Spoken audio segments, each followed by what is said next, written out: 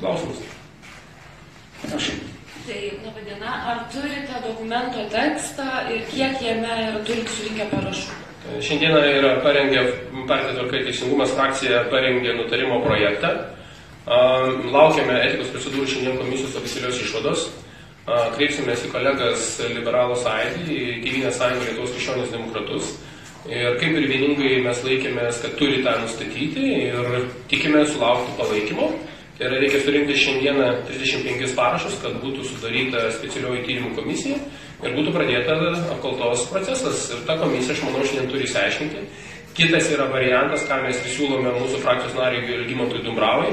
Šiandien, jeigu etikos procedūrų komisija patvirtins tokias išvadas, kokias vakar buvo pristatytos komisijos nariams, kreiptis į Seimą, kad Seimas priimtų sprendimą ir etikos procedūrų komisijai pavestų atlikti kaip laikinosios komisijos funkcijas. Tai yra šiandien yra tokie sprendimo variantai.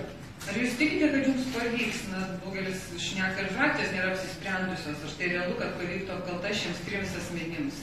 Na, aš jums tada pacituosiu įdomų dalyką. Tai paties Ramūno Karbauskio 2010 metų lapkričio išplatintą pranešimą, kada buvo kalba apie Liną Karalių ir Aleksandrą Saturką.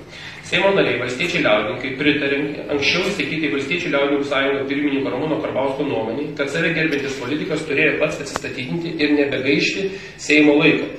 Iki šiol tai nebuvo padaryta. Manome, jog visi Seimo nariai turėjo galimybę įsiklausyti visuomenės nuomonį, išgirsti žmonių vertinimus ir susimastyti apie Seimo narių keliamus aukštus moralės reikalavimus, bei Seimo kaip institucijos įvaizdį.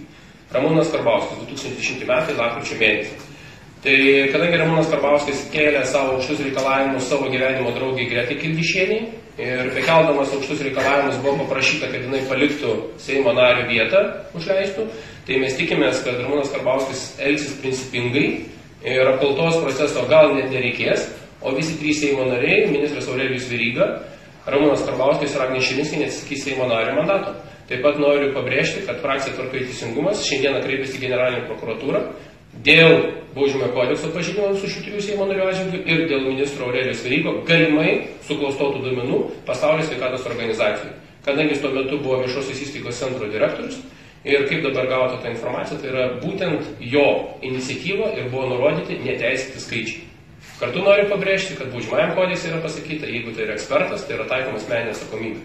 Panašu, kad šitie Seimo nariai ir iki priesaikos galimai jau darė nusižengimus arba baudžiamąjį nusikaltimą numatytą baudžiamajam kodekse.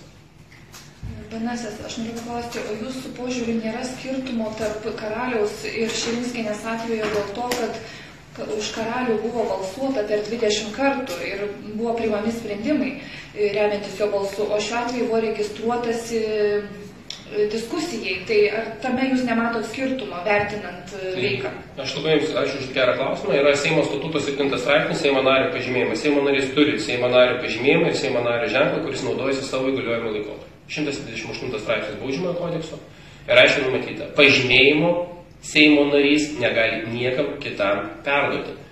Antras, trečias jau čia yra pažeidimas. Jūs puikiai žinot, Seimo narys, jeigu jis registruoja plenarinių posėdžių salėje, skaito, kad jis posėdyje dalyvavo. Šioje vietoje jo užsiregistravimas į kalbėjimą, atėjus jam laikui kaip kalbėti, būtų laikoma, kad Seimo narys dalyvavo plenarinių posėdžių salėje.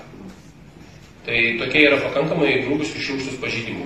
Aš manau, kad nebūtų kilę klausimo, jeigu Seimo nariai būtų plenarinių posėdžių salėje visų atsiprašė žmonių ir būtų pasakę, kad taip, mūsų moralės kartelė šiek tiek yra žemesnė, mes padarėm klaidą, mes klydom.